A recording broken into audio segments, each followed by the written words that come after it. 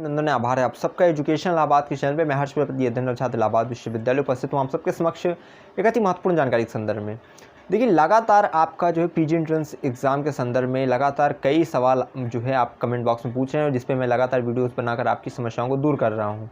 वो किसी के लिए वो समस्याएं छोटी लगती होंगी, किसी के लिए वही समस्याएं बहुत बड़ी हैं। तो ये सब चीज़ें आप जो है नज़रअंदाज किया करिए। जैसे कई चीज़ें होती हैं जो मैं वीडियोस के माध्यम से बताता हूँ, कई बच्चे कहते हैं सर ये तो सामान्य सी बात नहीं है, तो सबको पता होंगी, लेकिन वो चीज़ें पूछी जाती हैं, लगातार पूछी जाती हैं, तो मैं वीडियोस के माध्यम से वो चीज़ें क्लियर करता हूँ। नहीं तो वो चीज़ें तो मेरे लिए भी सामान्य, मुझे लगता है कि मुझे तो कुछ नहीं लगता बताने के लिए, प्रवेश प्रक्रिया मेरे लिए सामान्य बात है, लेकिन आपके लिए आप नहीं जानते कहाँ आपको क्या क्या कठिनाई आने वाली है। तो कुछ चीज़ें आपको जो पता रहती है वो आपको आसान लगती है, जो नहीं पता रहती वो कठिन लगती है। तो इसी तरीके से आज का जो सवाल जो लगातार बच्चों द्वारा पूछा गया है, कई कमेंट्स के माध्यम से पूछा गया, उसको मैं जो है एक वीडियो के माध्यम से, इस सेपरेट वीडियो के माध्यम से बताने जा रहा हूँ। अगर किसी भी बच्चे को ऐसा लगे कि ये चीज़ें सामान्य हैं, ये उन्हें पता है, तो ठीक है, अच्छी बात है। जिन्हें नहीं पता, ये वीडियो उनके लिए है। हम देखिए इस वीडियो में बात करने वाले हैं कि जो भी बच्चे पीजी एंट्रेंस एग्ज़ाम 2024 जो है देने जा रहे हैं, एप्लीकेशन फॉर्म देखिए 15 मई के आसपास आने वाला है।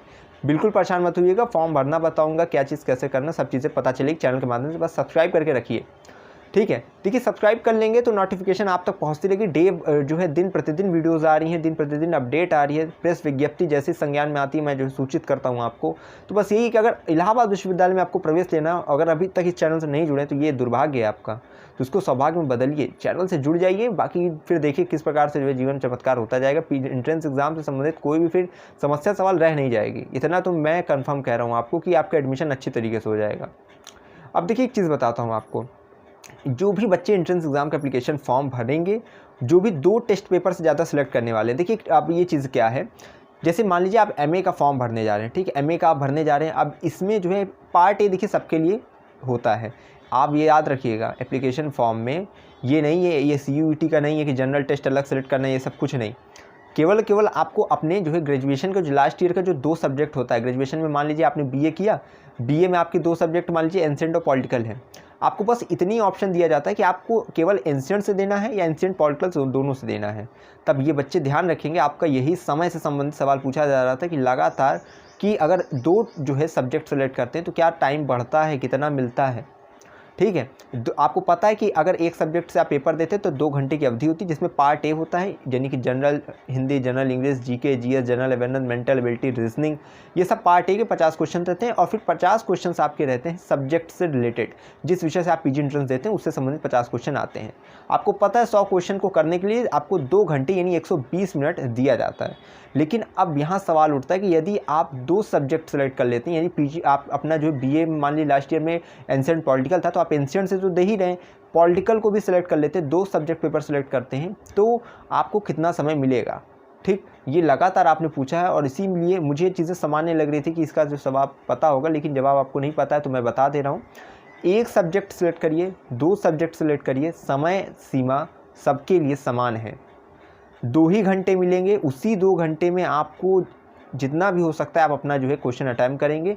और देखिए, परेशान मत हुआ करिए अगर समय कम बचे। जैसे मान लीजिए आप जो है अपने सबसे पहले आप जो पार्ट ए का जो पोर्शन रहता है रीजनिंग उस पर ध्यान दीजिए, क्योंकि वो सब समय लेता है।